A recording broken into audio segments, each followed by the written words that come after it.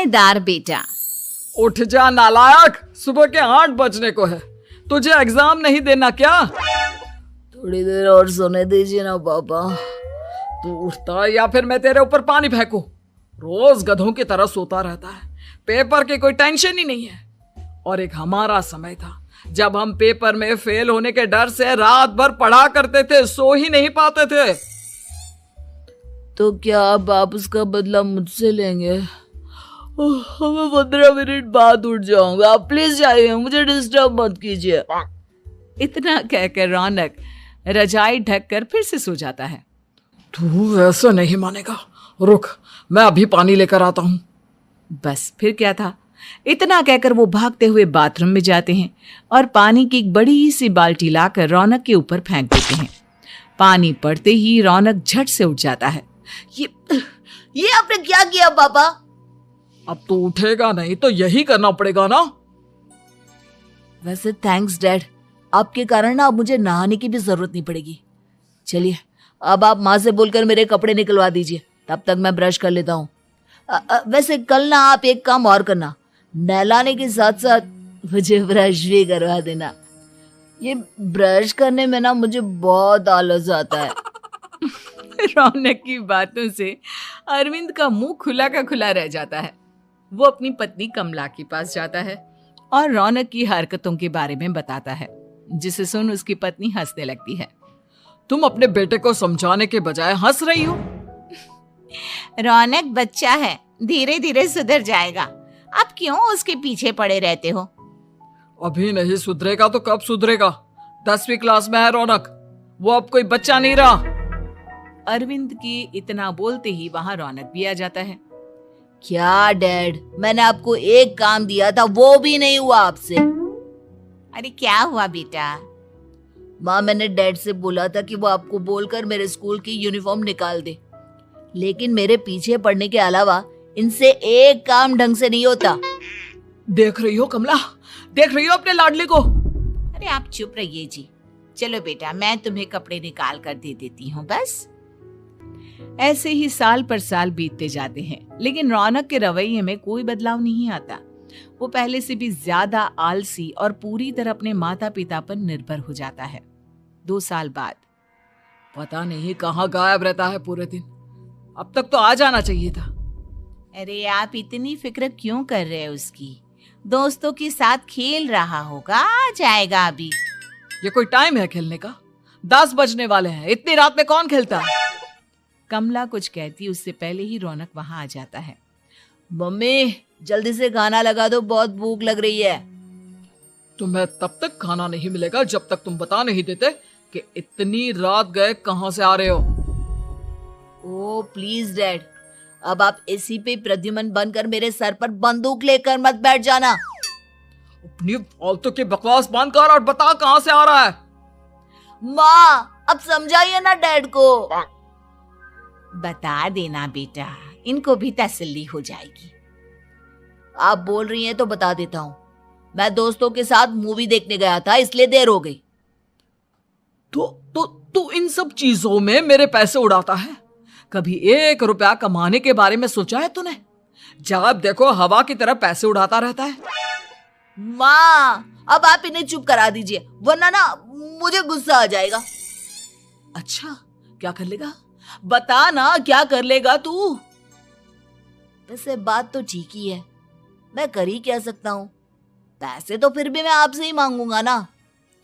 चलिए अब ये सब बात छोड़िए और मम्मी मेरे लिए खाना लगा दीजिए। अभी लगा देती हूँ बेटा। मैं बता रहा हूँ कमला, एक दिन ये ऐसे ही बिगड़ जाएगा। ओफो, आप क्यों इतना पीछे पड़े रहते हो मेरे बच्चे के? बात की बात में देखेंगे, अभी आप शांति से उसे खाना खाने देंगे। अगले दिन डैडी मुझे 10,000 रुपए चाहिए। हाँ? अब इतने पैसे क्यों चाहिए तुझे? डैड आप बिना सवाल किए कभी पैसे नहीं दे सकते क्या? जब तक तू बताएगा नहीं तुझे पैसे भी नहीं मिलेंगे। अरे अब आप अपने बेटे को पैसे भी नहीं दे सकते? नालायक, तेरी उम्र के लोग नौकरी करते हैं और एक तू है जो नौकरी करने का नाम ही नहीं लेता कभी। आप लोगों के होते हुए भला मैं नौकरी क्यों करूं? अरे हम कब तक पैसे देंगे तुझे? तुझे भी तो अपने पैरों पर खड़ा होना होगा ना। कौन सा उधार के पैरों पर खड़ा हूं? अपने ही तो पैरों पर खड़ा हूं मैं। इसी तरह रौनक दिन प्रतिदिन लापरवाह होता जाता है। उसकी लापरवाही को देखते हुए अरविंद और कमला अपने बेटे की शादी कराने का फैसला लेते हैं और 1 महीने के अंदर अंदर ही रौनक की शादी मेघा नाम की लड़की से करा देते हैं। शादी के कुछ दिन बाद, रौनक, मुझे एक अच्छी सी साड़ी चाहिए, आप ला दोगे ना? हाँ, क्यों नहीं। कितने तक की आती है साड़ी? यही करीब 5,000 तक की। तुम चिंता मत करो, मैं आज ही डैडी से पैसे मांगकर तुम्हारे लिए साड़ी ले आऊंगा। आप कब तक ऐसे ही अपने पापा से पैसे मांगते रहेंगी? कोई अच्छी सी नौकरी क्यों नहीं कर लेते आप? अरे डैड के होते हुए मुझे नौकरी करने की जरूरत ही क्या है? पर आप ऐसे कब तक उनसे पैसे मांगते रहेंगे? कुछ आपको अपने दम पर भी तो करना होगा ना। अब तुम भी बाकी लोगों की तरह मुझे ज्ञान देना शुरू मत कर देना। साड़ी चाहिए ना तुम्हें, मिल जाएगी बस। इतना कहकर रौनक अपने पिता से पैसे मांगने चला जाता है। डैडी, मुझे 5,000 रुपया चाहिए। अब 5,000 क्यों चाहिए तुझे? वो मेघा को साड़ी चाहिए थी। अरविंद आगे बिना कुछ कहे चुपचाप उसे पैसे निकाल कर दे देता है। कुछ दिन बाद, तुम्हें नहीं लगता कमला, रौनक हम पर पहले से भी ज्यादा डिपेंड हो गया है? मुझे तो अब उसके भविष्य की चिंता होने लगी है। कल को हमें कुछ हो गया तो वो क्या करेगा? काश तुमने पहले ये सोच लिया होता तो आज हमारा बेटा इतना लापरवाह नहीं होता। तब मुझे कहाँ पता था कि मेरा लाड प्यार उसे इतना बिगाड़ देगा कि वो इस हद तक लापरवाह बन जाएगा। कोई बात नहीं, अभी भी देर नहीं हुई। मुझे पता है उसे कैसे सुधारा जा सकता है। कैसे? अरविंद कुछ कहता उससे पहले रौनक वहां आ जाता है और पैसों के लिए हाथ फैलाने लगता है। डैड, मैं और मेघा बाहर घूमने जाना चाहते हैं। अरे वाह, ये आज सूरज कहाँ से निकला है? Dad please. अच्छा चलो अब मुद्दे की बात करो। मुझे अब 25,000 चाहिए। अब तुम्हें 1 रुपया भी नहीं मिलने वाला। अगर तुम्हें पैसों की इतनी ही जरूरत है तो कोई ढंग की नौकरी कर लो। मम्मी, आप कुछ कहिए ना डैड को। बेटा, वो गलत क्या बोल रहे हैं? ये सब हम तेरे भले के लिए ही तो कर रहे हैं। मम्मा, मैंने बताया ना आपको, मुझे नहीं करनी कोई जॉब वॉब। तो ठीक है, निकल जाओ हमारे घर से। तुम्हारे जैसे लोगों के लिए मैंने ये घर खड़ा नहीं किया है। जितना ये घर आपका है ना, उतना ही मेरा भी है। मैं कहीं नहीं जाने वाला। जाना तो पड़ेगा ही तुझे, क्योंकि अब मैं तेरा कोई भी खर्चा नहीं उठाने वाला। ठीक है, मत उठाइए मेरा खर्चा, मैं अपने दम पर भी जी सकता हूँ। तो बेशर्मों की तरह अब तक यहाँ क्यों खड़ा है? अपना सामान ले और निकल जाए यहाँ से। रौनक पैर पटकते हुए वहां से चला जाता है। घर से निकालना जरूरी है क्या उसे? बिना पैसों के कौन रखेगा उसे किराए पर? अगर उसका भविष्य सुधारना है तो हमें अपने दिल पर पत्थर रखकर ये कदम उठाना ही होगा। दोनों बात कर रहे होते हैं कि रौनक अपनी पत्नी के साथ एक बड़ा सा बैग लेकर घर से निकल जाता है, लेकिन घर से बाहर उसे कोई भी मुफ्त में अपने घर किराए पर नहीं रखता। अंत में थक हार कर वो फिर से अपने घर चला जाता है। क्या हुआ? थोड़ी देर पहले तो दहाड़ते हुए घर से निकला था, अब क्या हुआ?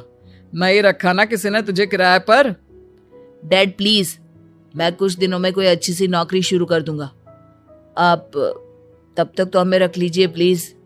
सुबह से रात हो चुकी है लेकिन कोई हमें रखने को राजी नहीं है। अब आप ही बताइए, इतनी रात को मैं मेघा को लेकर कहाँ जाऊंगा? ठीक है, बहू की वजह से मैं तुझे घर पर रख रहा हूँ, लेकिन तू इस घर में एक बेटे की नहीं बल्कि एक किराएदार की हैसियत से रहेगा। 3 महीने है तेरे पास। इन 3 महीनों के अंदर अंदर मुझे तेरी पहली तनख्वाह हाथ में चाहिए, समझ गया? पक्का डैड, इन 3 महीनों के अंदर अंदर तो कोई बढ़िया सी नौकरी ढूंढ ही लूंगा मैं। ऐसे ही धीरे धीरे समय बीतने लगता है और अरविंद के दिए 3 महीनों में से 2 महीने बीत चुके होते हैं। पापा जी ने हमें 3 महीने दिए थे, जिसमें से 2 महीने तो बीत चुके हैं। अब ये आखिरी महीना बचा है। अरे तुम चिंता मत करो, आज मेरा ना 2 जगह इंटरव्यू है, दोनों में से कहीं ना कहीं तो जॉब लग ही जाएगी। अच्छा, all the best. Raunak interview के लिए निकल जाता है, जिसके बाद शाम में रौनक घर आता है। कैसा गया इंटरव्यू? आपकी नौकरी लगी या नहीं? अरे पहले सांस तो ले लेने दो अच्छे से। बताइए ना, मुझसे तो जरा भी इंतजार नहीं हो रहा है। वो दरअसल बात यह है कि मेरी नौकरी तो लग चुकी है, लेकिन पैसे बहुत कम है। कितने पैसे हैं? 15,000। इतने में अरविंद और कमला मिठाई का डिब्बा लेकर आ जाते हैं। बधाई हो बेटा। हम जानते थे तेरी जॉब जरूर लगेगी। लेकिन मेरी सैलरी बहुत कम है मम्मा। कम है तो क्या हुआ, धीरे धीरे बढ़ जाएगी। हाँ बेटा, हम तो बस चाहते थे कि तू अपने पैरों पर खड़ा हो जाए। मतलब अब आप मुझे घर से नहीं निकालेंगे? नहीं, ये सब हमने तुझे जिम्मेदार इंसान बनाने के लिए किया था। Thank you mummy papa. अगर आप दोनों ऐसा नहीं करते तो मुझे कभी अपनी जिम्मेदारियों का एहसास तक नहीं होता। आज आपने मुझे सिखा दिया कि इंसान का अपने पैरों पर खड़ा होना भी जरूरी होता है। इतना कहकर रौनक झट से अपने माता पिता के गले लग जाता है और अपनी कमाई की पहली तनख्वाह वो अपने माता पिता के हाथ में सौंपता है। इस तरह रौनक एक गैर जिम्मेदार व्यक्ति से एक जिम्मेदार व्यक्ति बन जाता है। शिल्पा शहर की पढ़ी लिखी और होशियार लड़की है, जिसकी शादी उसके पापा के सालों पुराने वादे की वजह से गांव के विकास से हो जाती है। शिल्पा की सास पुराने ख्यालों की होती है। अरे शहर की हो, इसका मतलब ये नहीं कि जो मन आए करोगी। घर के कुछ नियम है जो तुम्हें भी मानने पड़ेंगे। हाँ मम्मी, मुझे रीति रिवाज से कोई दिक्कत नहीं है, पर ऐसे नियम जिनका कोई मतलब ना बने, वो तो गलत है। हाय देखो तो, अरे घर आए 1 दिन पूरा नहीं हुआ और सास से जुबान लड़ाना भी शुरू। नहीं हो, बहू हो, अपनी हद में रहना सीख लो। हाँ। इतने में विकास भी वहां आ जाता है। माँ, मुझे लगता है शिल्पा को घर रहने की जगह दुकान चलना चाहिए। इसकी नई चीजों की समझ और सोच हमारे बिजनेस के लिए बहुत अच्छी रहेगी। बेटे की बात सुनकर माँ को बहुत गुस्सा आ जाता है। अच्छा, अरे बीवी के आते ही तेरे तो सुर बदल गए। अगर ये दुकान जाने लगी तो गांव में क्या इज्जत रह जाएगी हमारी? है लोग क्या कहेंगे? ये कहीं नहीं जाएंगे बस। हाँ। माँ के आगे और कुछ बोले बिना विकास वहां से चला जाता है और सास शिल्पा को घर के कामों में लगा देती है। उसी रात विकास और शिल्पा साथ बैठकर बातें कर रहे होते हैं। मम्मी ऐसा क्यों सोचती हैं कि औरतें कुछ नहीं कर सकती और उन्हें लोगों की इतनी चिंता क्यों है? पापा की डेथ के बाद माँ ने दुकान संभालने की कोशिश की थी, पर लोगों ने उल्टी सीधी बातें सुनाकर उनका आत्मविश्वास इतना गिरा दिया कि वो कुछ कर ही नहीं पाई और सोचने लगी कि शायद औरतें ये सब कर ही नहीं सकती, इसलिए उनसे भी नहीं हुआ। लोगों की यही तो दिक्कत है, उन्हें अपने से ज्यादा दूसरे की जिंदगी में स्वाद आता है। वैसे लोग जिनसे डरते हैं ना, उन्हें ही तोड़ने की कोशिश करते हैं। आप फिक्र मत करो, मम्मी की सोच बदलने का तरीका है मेरे पास। और अगले ही दिन से शिल्पा अपनी सास की सोच बदलने और लोग क्या कहेंगे के डर को खत्म करने की जद्दोजहद में जुट जाती है। मम्मी, आपको पता है गीता, बबीता, अरे जिनके ऊपर दंगल फिल्म भी बनी है। मैं फिल्म बिल में नहीं देखती। हाँ। वो हरियाणा की लड़कियां हैं, दोनों रेसलर हैं। उन्होंने जब ये शुरू किया था ना, तो लोगों ने बहुत बातें बनाई, बुरा भला बोला, मजाक भी बनाया, लेकिन उन्होंने ना किसी की सुनी, ना अपने ऊपर से विश्वास खोया और ना ही हार मानी। और देखो आज किस मुकाम पर है। अरे तो ये सब मुझे क्यों सुना रही है? हाँ। नहीं नहीं, बस ऐसे ही, हमें अपने आसपास की खबरें तो रखनी चाहिए ना। ऐसा कहकर शिल्पा अपनी सास को सोच में डालकर वहां से चली जाती है। अब शिल्पा हर दिन दुनिया के अगेंस्ट अपनी हिम्मत से सक्सेसफुल बनने वाली लड़कियों की कहानी अपनी सास को सुनाने लगती है। इसी तरह कुछ समय बीत जाता है। और माँ, आजकल बहुत चुप चुप रहती हो, सब ठीक तो है ना? बस कुछ सोचती रहती हैं, इसीलिए ज्यादा बोल नहीं पाती। ऐसा क्यों अम्मा, कोई दिक्कत है क्या? अरे तेरी पत्नी ही दिक्कत है। है? मैंने क्या किया? अरे रोज मुझे कुछ समझाने के मकसद से एक नई कहानी सुनाती है, पर खुद नहीं जानती कि मुझे सब पहले से पता है। हाँ, तो फिर दिक्कत क्या है माँ? लोग क्या कहेंगे? अरे उनका तो काम ही है कुछ ना कुछ कहना। आप ये सोचो कि उन्हें नजरअंदाज करके हम साथ मिलकर किस ऊंचाई पर पहुंच सकते हैं। बेटे और बहू की बातों से सोच में पड़ी माँ वहां से चली जाती है। अगली सुबह सबसे पहले तैयार सास आवाज लगाकर बेटे और बहू को बुलाने लगती है। अरे कहाँ सोते पड़े हो दोनों? किसी को घर में कोई काम नहीं है क्या? हाँ, सास की आवाज सुन शिल्पा भागती हुई कमरे से बाहर निकल आती है, जिसके पीछे विकास भी बाहर आ जाता है। मम्मी, आप इतनी सुबह तैयार होकर कहाँ जा रही हैं? अरे किसी नई शुरुआत से पहले भगवान का आशीर्वाद बनता है या नहीं? मैं सीधा दुकान जाऊंगी, तुम काम निपटा कर आ जाना है। सास की बात सुन शिल्पा और विकास खुशी से फूले नहीं समाते। ये हुई ना मेरी माँ वाली बात। पूरा परिवार मिलकर दुकान पर काम करने लगता है, जिसमें विकास और उसकी माँ दुकान संभालते हैं, तो शिल्पा काम को ऑनलाइन डाल शहर और इंटरनेट का काम संभालने लगती है, जिसे देख गांव में लोगों के बीच गॉसिप शुरू होते देर नहीं लगती। और अब क्या विकास भाई, अकेले काम संभल नहीं रहा था तो नौकर रख लेते, और तो को यहाँ लाने की क्या जरूरत थी? इन्हें घर में जो काम बोलो वो तो सही से करती नहीं, यहाँ आकर तो तुम्हें डुबा ही देंगी। अरे भाई साहब, अगर आपके घर की औरतें सही से काम नहीं करती ना, तो हमें उससे कोई लेना देना नहीं। यहाँ आपकी पंचायत के लिए किसी के पास समय नहीं है। हाँ, करारा जवाब सुन बातें सुनाने आए लोग मुंह लचकाए उल्टे पैर वापस चले जाते हैं। वाह मम्मी, ये तो अब दोबारा कभी भूल कर भी यहाँ नहीं आएंगे। I am so proud of you. अरे बहुत हुआ, हाँ काम पर लगो चलो। तीनों आपस में काम बांटकर अपने अपने काम पर लग जाते हैं।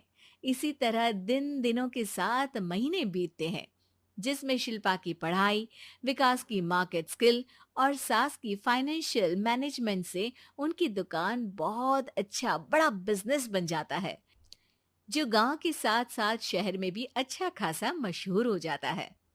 अरे सच ही कहते थे तुम दोनों, लोगों का तो काम ही होता है कहना। अब हमें सुनना है या नजरअंदाज करना है वो तो हमारे ऊपर है। हाँ, आपकी शुरुआत में गालियां और आसमान छूने पर तालियां, ऐसे लोगों का तो काम ही है पलटना। इनकी बातों से हमें कभी अपनी राह बदलनी नहीं चाहिए, बल्कि अगर बातें बन रही है तो समझ जाओ कि रास्ता सही है। उम्मीद है कि आपको हमारी ये कहानी पसंद आई होगी। कृपया हमारे चैनल को सब्सक्राइब करें और सभी अपडेट्स के लिए बेल आइकन जरूर क्लिक करें। और हाँ, वीडियो लाइक और शेयर करना मत भूलिएगा। Bye bye.